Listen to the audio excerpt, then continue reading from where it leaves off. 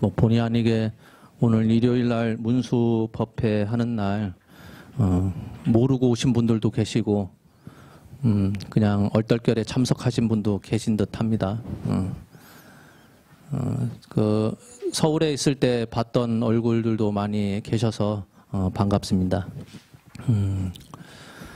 그 부처님께서 많은 가르침을 내려주시고 있는데 불교에서 바라보는 가장 큰 공부법은 항상 마음 공부죠. 네, 마음 한번 돌리면은 모든 것이 다 편안해진다라는 말씀을 많이 하셨는데 마음처럼 쉽게 바뀌는 게 없죠. 쉽게 바뀌는 마음인데도 불구하고 잘 되지 않는 이유가 뭘까 곰곰이 많이 생각을 해봤습니다. 제가 벌써 99년도에 출가를 했으니까 올해로 횟수로 벌써 만 25년 차가 됐는데 25년 동안 한때는 글 공부한다고 한 13년간 한문에 파묻혀 있었고 또 한때는 뭐 얼떨결에 기도한다고 시키니까 본의 아니게 그냥 기도하다가 몇 년 또 보냈었고 또 어찌하다 보니 소임 살아달라 해서 뭐 삽질 한 몇 년간 또 했었고 또 뭐 어떻게 하다 보니 여기 당진 영탑사까지 와서 주지 역할을 보고 있습니다. 근데 그런 25년 동안 항상 의문이 들었던 게 마음 한번 돌리면 다 편안해진다라는 얘기를 수없이 많이 들었는데 그렇게 내 마음대로 자주 바뀌는 마음인데도 불구하고 왜 나는 편안하지 않을까 그런 생각을 많이 해봤어요. 여러분들은 왜 그런 것 같습니까? 예, 요즘 들어서 한 가지 이제 답 아닌 답을 좀 찾아낸 게 우리는 쉽게 마음이라고 말은 해왔지만 실제로 그게 나의 마음이었는가라는 생각을 좀 해보셔야 될 것 같아요. 무슨 얘기냐면은 나의 생각과 나의 마음을 너무 동일시 여기는 게 아닌가. 그러니까 생각이 바뀌는 것뿐이지 그걸 우리들은 마음이 바뀌었다라고 착각하고 있는 게 아닌가 그런 생각을 해봅니다. 왜 불교에서는 부처님께서는 마음을 그렇게 강조했을까? 여러분들 그 육도윤회를 한다 하는데 육도 가운데 나쁜 곳이 그러니까 힘든 곳이죠. 사막도라는 말 들어보셨죠? 지옥도, 아귀도, 축생도 여섯 개의 그런 그 하늘 가운데, 그러니까 땅 가운데 그 사막도가 나쁜 곳이니까 안 가면 좋겠죠. 그 서가열의 행족성이라고 무기 스님이 쓰신 천태학의 대가였던 스님이 석가열의 행족송이라는 책을 고려시대 때 썼어요. 그게 이제 개송을 다 표현한 건데, 그러니까 불교의 기초 교리 자체, 불교 그 뭐라고 해야 되나 그 역사 그런 거를 다 기억하기가 힘드니까 기억하기 쉽게 개송으로서 이렇게 딱 적어놓은 게 석가열의 행적송입니다. 그러니까 행적 부처님의 석가모니 부처님의 행적을 개송으로서 이렇게 딱 표현을 해놨는데 거기에 보면은 지옥에 대해서 어떻게 생겨났는지 설명하는 부분이 있어요. 지옥이 어디에 있죠? 천리, 산간, 오무간옥이라고 했습니다. 천리, 그 강철로 되어 있는 그 수미산 전체를 강철로 된 벽이 둘러쳐져 있는데 벽과 벽 사이에 그 어두컴컴한 곳에 지옥이 있다 그랬는데 지옥이 있어서 중생들이 죄를 지은 중생들이 지옥에 간다라고 생각하지만 실제로 석가열의 행족송에서 설명하는 바가 그렇지가 않아요. 무슨 얘기냐? 세상이 화재, 수재, 풍재, 대삼재로 인해서 깡글이 다 사라지고 나서 이선천, 삼선천, 사서천으로 올라갔던 공덕을 쌓았던 천인들이 다시 세상이 만들어지고 나면은 만들어진 땅 위로 다시 내려오죠. 내려와서 사는데 공덕을 지어서 선행을 많이 해서 아주 깨끗한 몸을 받고 있는 천인들이 그대로 잘 살면 되는데 살다 보니까 욕심이 조금씩 생겨난답니다. 처음 세상이 생겼을 때는 아주 맛 좋은 음식, 아주 귀한 음식이 많이 있어서 적당히 먹으면 되는데 먹다 보니까 배불러도 먹고 내일 먹을 건 미리 챙기고 그러다 보니까 그 맛 좋은 음식들이 깡그리 사라진다고 그래요. 좋은 음식 사라지면은 그 다음에는 그거보다 조금 못한 음식들이 생겨나겠죠. 그게 계속 반복하다 보니까 살고 있는 그 땅에 살고 있는 천인들, 중생들이 그 마음속에 욕심이 생겨났어요. 욕심이 점점 커지다 보니까 탐욕이 되고 탐욕을 갖고 있다 보니까 죄를 짓게 되죠. 죄를 짓게 된 중생들이 그곳에 살 수 없게 되니 죄 지은 중생들은 어디 가야 되죠? 지옥에 가야 되잖아요. 그래서 지옥이 생겨났다는 겁니다. 지옥이 먼저 생겨나서 나쁜 짓 하는 중생들이 그 지옥에 떨어지는 것이 아니라 본래 지옥이 없었는데 중생들이 죄를 짓다 보니까 그 중생들이 가야 할 곳이 어쩔 수 없이 생겨났다는 거예요. 그러니 지옥은 누가 만든 거죠? 우리가 만든 거예요. 죄 지은 중생들이 만들어낸 겁니다. 만들어 놓고 너 잘못했으니까 가라 한 게 아니라 본래 없던 것들을 중생들이 탐욕에 의해서 죄를 지으니 죄 지은 중생이 가야 할 지옥이 생겨난 거죠. 축생도도 똑같아요. 축생도도. 보면 축생도라고 하면 따로 축생들이 벌을 받는 그런 곳이 따로 있을 것 같은데 우리 살고 있는 세상에 보면 인간만 사는 게 아니죠. 온갖 동물들이 다 살고 있습니다. 그럼 이 세상이 축생도인가요? 그렇게 여기는 분들 없어요. 그렇죠? 그 아미타경에 보면 아미타경 안에 그 극락세계를 표현한 게 있습니다. 극락세계를 표현할 때 거기에 아름다운 새들이 지저귀고 있다라고 얘기하면서 새들이 지저귀고 있다고 해서 그곳을 사막도라고 여기지 말아라. 왜냐? 그 새들이 축생인데 그 새들이 극락세계에서 노래 부르면서 날고 있다고 해서 그곳이 축생도가 아니다. 아미타 부처님께서 그곳을 아름답게 꾸미기 위해서 화연으로 그렇게 새들을 만든 것이지 새들이 그곳에 살고 있다고 해서 그곳은 축생도라고 여겨서는 안 된다. 그런 말을 합니다. 그러니 짐승들이 살고 있다고 해서 그 공간을 축생도라고 여기는 게 아니라 축생의 몸을 받은 것 자체가 축생도예요. 아귀도는 어떻습니까? 아귀에 대해서 여러분들 많이 얘기 들으셨죠? 몸뚱아리는 수미산처럼 큰데 목구멍은 바늘구멍보다도 작다 그랬습니다. 그러니 몸뚱아리가 그렇게 수미산만치로 크니까 얼마나 배고프겠어요. 먹어도 배가 찰 수가 없죠. 왜? 목구멍이 바늘구멍보다도 작으니까. 아무리 그 물같이 묽은 것을 먹어도 목구멍 지나갈 때 불꽃이 일어난다고 그랬습니다. 그것을 이제 아귀를 표현한 말인데 실제로 인도 그 부처님 불교가 발생한 인도에서는 그 아귀를 뭐라고 표현하냐면은 갓 운명을 달리한 영가들 그걸 아귀라고 표현을 해요.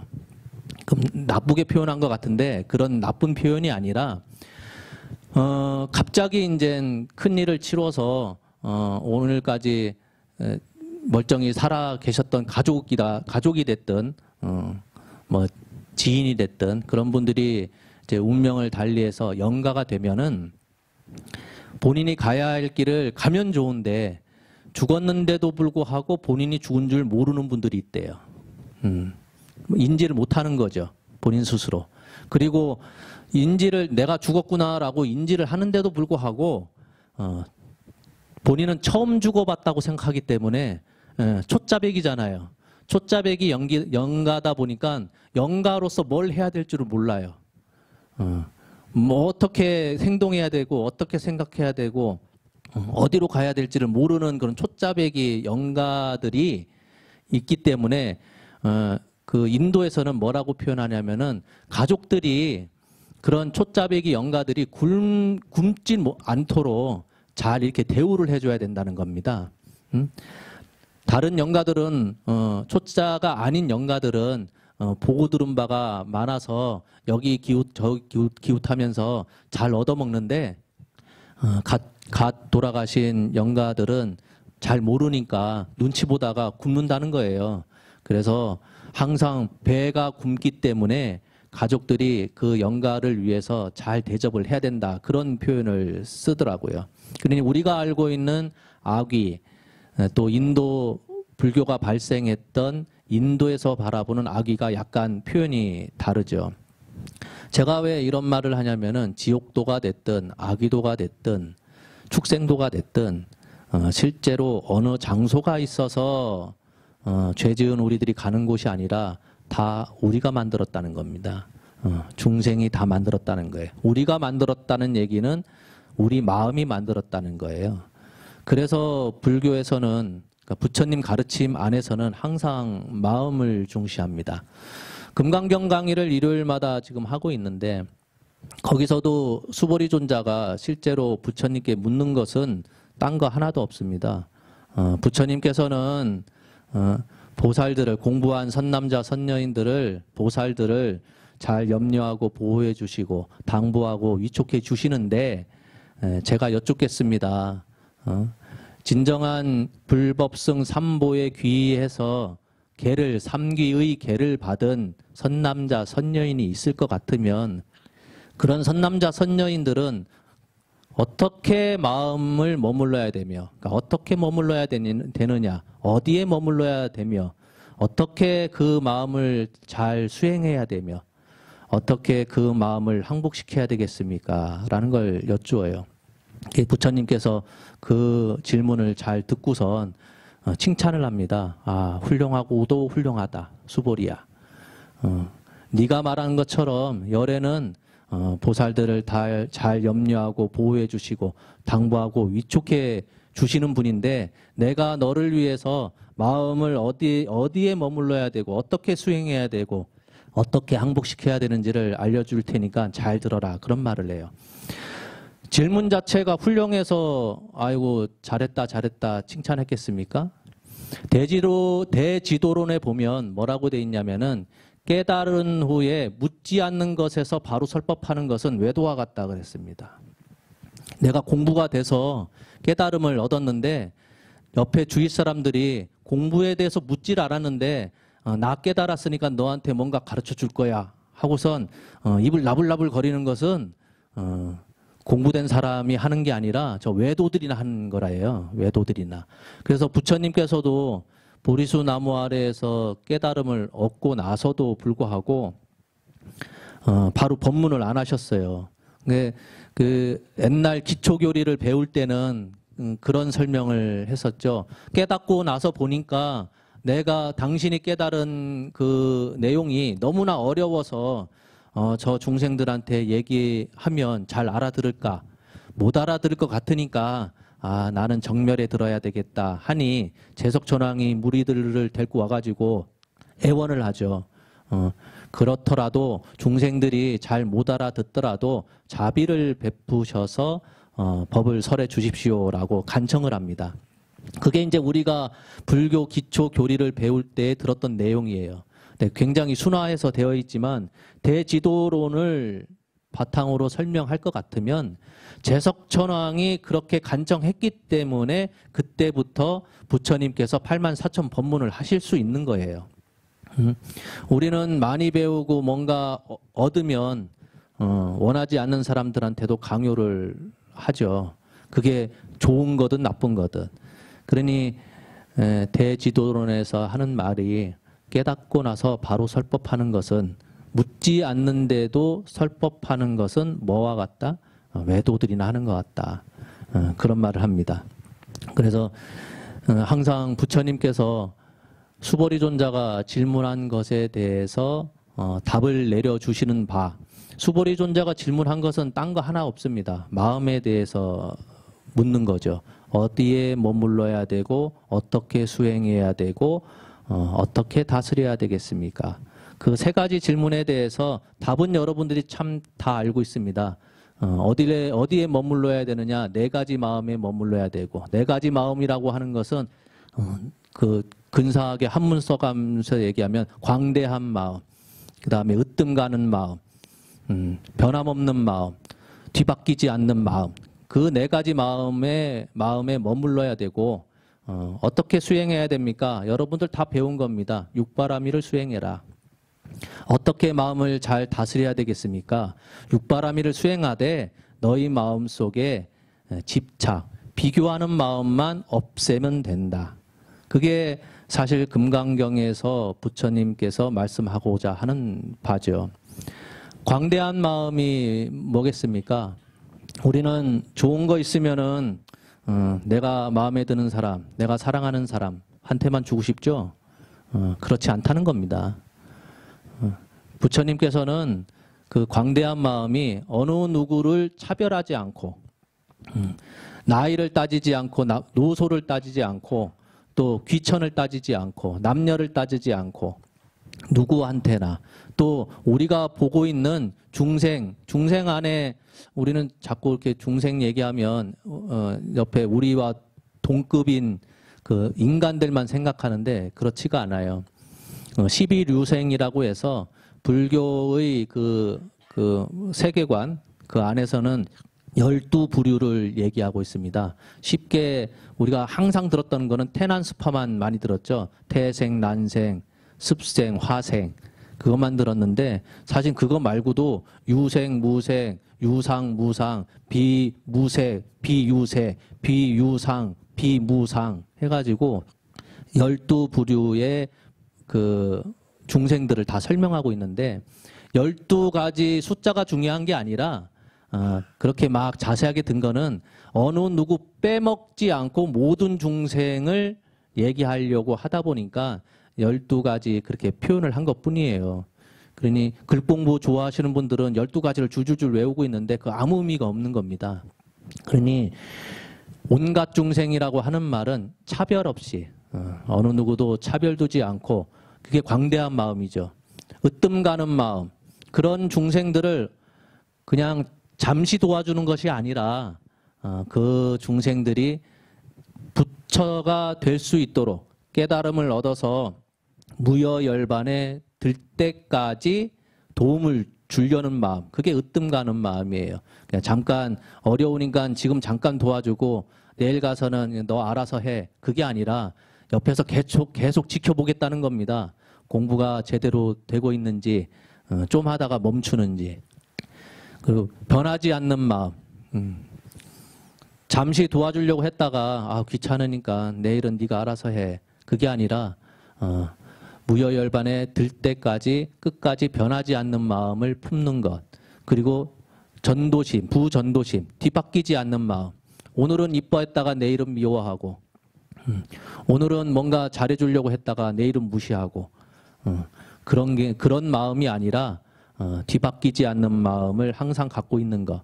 그러니 마음을 어디에 머물러야 되겠습니까? 하니 부처님께서 말씀하신 바가 네 가지 마음에 머물러라. 어느 누구도 빼먹지 않는, 차별하지 않고 비교하지 않고 그러면서 모든 중생들, 모든 이들한테 이익을 주려는 마음을 항상 품고 있으면서 무엇을 행해야 된다? 육바라밀을 행해야 된다. 육바라밀을 행하되 보살들이 또 부처님께서 열애께서 항상 중생들을 불쌍히 여기사 많은 번분을 해주고 중생 제도하는데 아주 애를 많이 쓰시는데 근데도 불구하고 그분들 마음속에는 나는 중생을 참 돌보고 있어. 내가 자비로서 어리석은 중생들한테 가르침을 주고 있어. 그런 생각이 있을까요? 없어요. 그런 생각이 왜 없느냐? 그분들한테는 비교하는 마음이 없기 때문에. 그러니 네 가지 광대한 마음에 머물러야 되고 육바라밀을 잘 수행해야 되고 그렇게 하는데도 불구하고 우리가 집착에 빠져서 뭐 했네라는 마음이 들지 않으려면 그 마음 속에 뭐가 없어야 된다? 한문으로 표현하면 아상, 인상, 중생상, 수자상 해서 4가지 사상을 얘기하는데 그거 다 외울 필요 없습니다. 그것을 우리 현대어로 표현하면 비교하는 거예요. 비교하는 마음. 옆에 사람이 있으니까 자꾸 비교가 되는 거예요. 옆에 사람이 근사하게 생겼으니까 저대로 한번 따라해 볼까. 옆에 사람이 뭐 근사한 물건 샀으니까 내가 필요 없는데도 불구하고 나도 한번 사볼까. 그런 비교하는 마음이 없어야 육바라밀을 수행하더라도 육바라밀을 닦더라도 그게 순수해질 수 있는 거죠. 그러니 마음을 그 육조 해능대사께서도 나무꾼으로 계시다가 그 금강경에 응무소주 이생기심이라고 하는 그 말소리를 듣고 그 개송소리를 듣고서 마음이 일어나서 출가를 하셨던 거죠. 응무소주 이생기심, 응당 무소주, 머무는 바 없이 그 마음을 일으켜라. 마음을 일으키긴 일으켰는데 우리가 땅바닥에 넘어지면 어디에서 일어나야 되죠? 넘어진 땅바닥을 딛고 일어나야 되잖아요. 그렇죠? 땅바닥에 넘어졌는데 공중에 붕 떠서 일어날 수 있는 분 계십니까? 넘어진 그 자리에서 일어날 수밖에 없는데 마음이 문득 일어났는데도 불구하고 일어난 자리가 없어야 된다는 거예요. 응무소조. 머무는 바 없이 그 마음이 일어나야 된다는 겁니다. 그러니 글자상으로는 말이 되는 것 같은데 실제로 그렇게 하려고 보면 얼마나 어렵겠어요. 누군가를 도와줬는데도 불구하고 그 마음속에 한 번도 나 누구 도와줬으니까 오늘 참 착한 일 했어. 그런 생각 안 들을래야 안 들을 수 없죠. 누군 그런 말 합니다. 아니 어머니가 아버지가 자기 자식들한테 베푸는 내리사랑이 그런 게 아니겠습니까? 누가 조건을 달고선 자식들한테 사랑을 베푸는 그런 부모가 어디 있겠어요. 그렇죠. 내가 예를 들어서 여러분들 그 자녀가 아픈데 약을 사다 줬어요. 약을 사다 주고선 먹여놓고선 한편으로 일기장에다가 난 오늘 참 착한 일을 했어. 내 자녀가 몸이 아파서 열이 펄펄 끓는데 내가 힘들게 약국까지 걸어가서 내 돈 내서 약을 사가지고 잘 먹였어. 일기장에 난 오늘 착한 일 했으니까 100점. 그렇게 적는 분 계세요? 안 계시죠? 안 계신데도 불구하고 여러분들 자녀들 결혼할 때 한번 보세요. 사위 될 사람이 됐든 며느리 될 사람이 됐든 데리고 와서 마음에 들면 다행인데 마음에 안 들면 어떤 마음이 들죠? 내가 너를 어떻게 키웠는데 내가 너한테 얼마나 많은 투자를 했는데 너 어렸을 때 내가 너를 얼마나 잘 돌보고 너 힘들 때마다 내가 그렇게 도움을 줬는데 이제 와서 이 엄마한테 그렇게 가슴에 대못을 박아. 그런 생각 안 들면 좋겠죠. 근데 거의 대부분 흡족함은 다행이지만 흡족치 않으면 마음 한편에 섭섭함이 남죠. 왜 섭섭함이 있겠습니까? 분명히 일기장에는 나 착한 일 했다 그런 걸 절대 쓰지 않았는데도 불구하고 훗날 어머니 마음, 아버지 마음에 반하는 행동을 했을 때 왜 부모의 마음속에 섭섭함이 왜 생길까? 그거는 항상 나도 모르게 무의식 속에 대가를 생각하기 때문에 그래요. 왜 대가가 생각날까요? 내리 사랑을 베풀었는데도 불구하고 응무소주 이생기심이 안 됐기 때문에 마음이 자녀한테 내리 사랑의 마음이 일어났는데도 불구하고 그 바탕에 머무는 바가 있었기 때문에 그런 거예요. 머무는 바가 쉽게 얘기하면 부처님께서 말씀하신 사상이죠. 아상, 인상, 중생상, 수자상. 4가지로 분류했지만 그런 4가지가 아닙니다. 비교의 대상이 누구냐에 따라서 아상, 인상, 중생상, 수자상이라고 표현한 것뿐이에요. 그러니 사상은 곧 비교하는 마음이에요. 선현기청분에서 부처님 그 수보리 존자가 자리에서 일어나서 부처님께 여쭌 마음을 어디에 머물러야 되겠습니까? 어떻게 수행해야 되겠습니까? 어떻게 잘 수행하려고 해도 머무르려고 해도 잘 안 될 때는 그 마음을 어떻게 다스려야 되겠습니까? 그런 질문에 대해서 부처님께서 답하신 바가 네 가지 마음 다 외울 필요도 없습니다. 단순합니다. 어느 누구도 차별하지 않고 어느 누구도 비교하지 않으면서 모든 이에게 이익을 주려는 마음에 머무르려고 하고, 그런 마음에 머무르기 위해서는 어떤 수행을 해야 되느냐? 육바라밀을 닦고, 육바라밀을 닦으려고 하고, 또 그런 네 가지 마음에 모든 이들한테 이익을 주려는 마음을 일으키려고 하는데도 불구하고 잘 안 되는 이유는 뭐냐? 그건 너희 마음속에 비교하는 것이 자꾸 생기기 때문이야. 그러니 그 비교하는 마음만 없어지면 자연스럽게 육바라밀이 행해지고 네 가지 마음에 자연스럽게 안착할 수 있어 라고 하는 것이 부처님의 답변입니다. 항상 우리는 그 부처님을 선지식으로 여기고 우리는 제자들이니까 훌륭한 선지식을 믿고 따르는 게 공부의 가장 첩경이죠. 근데 부처님만 선지식이 아니에요.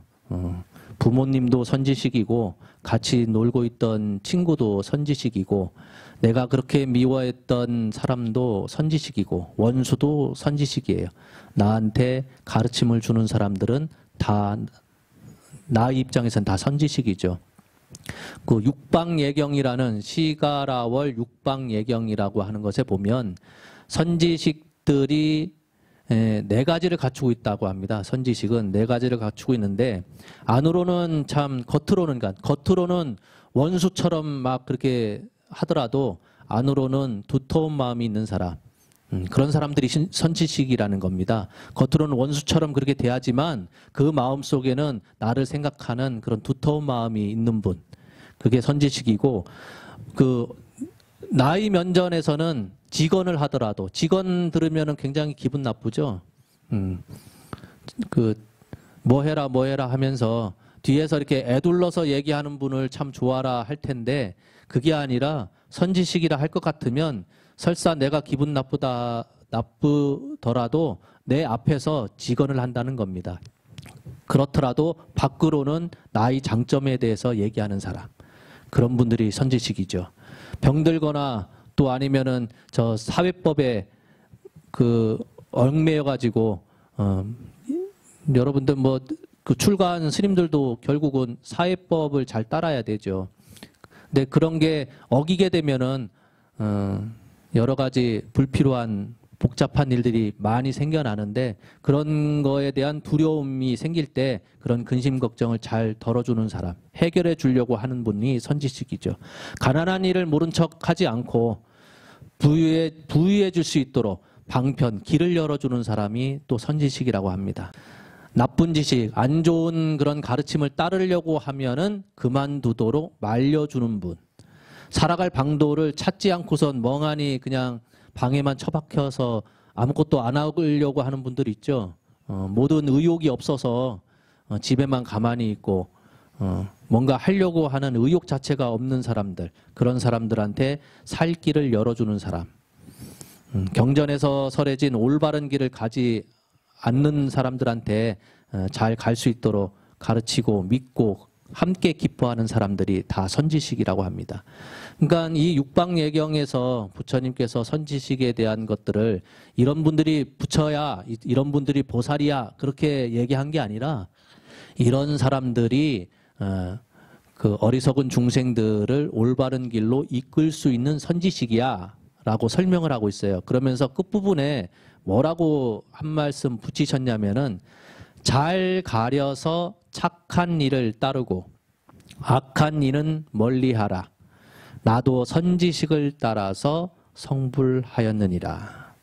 부처님 따라서 성불했다는 말이 아니라 그 육방예경에 계신 그 설명하고 있는 부처님도 나 어떤 부처님이 나한테 가르침 줘서 내가 공부 열심히 해가지고 깨달음 얻었다, 그렇게 설명하지 않고 착한 일을 잘 따르고 악한 사람 좀 멀리하고 그렇게 하면서 내가 공부된 이유는 나도 선지식을 따라서 그렇게 공부해서 성불할 수 있었다. 그런 말을 하고 있어요. 그러니까 우리가 선지식이라고 하는 분이 자꾸 훌륭하신 부처님, 성현들 그런 것만 생각하지 마시고 예경, 육방 예경에서 설명한 4가지, 8가지 그런 것을 갖춘 분이 진정한 나를 올바른 길로 이끌어주는 길잡이, 선지식인 줄을 잘 알고 그런 분들을 항상 곁에 둘 수 있도록 그렇게 하는 게 좋겠죠. 오늘 그래도 멀리서 이렇게 많은 분들이 찾아와 주셔서 감사합니다. 초파일, 그러니까 부처님 오신 날 지난 지가 지금 한 이제 일주일 딱 됐네요. 어제부로 일주일, 8일 됐습니다. 많은 분들이 영탑사를 도와주시고 아껴주셔서 부처님 오신 날을 무사히 잘 마쳤습니다. 큰 스님 모시고 법문도 잘 청했고요. 또 한편으로 그 영탑사 신도분들이 많은 봉사활동을 해주셔서 어렵지 않게 행사를 잘 마치게 되었습니다. 이 시간을 빌려서 다시 한번 감사 인사드리겠습니다. 감사합니다.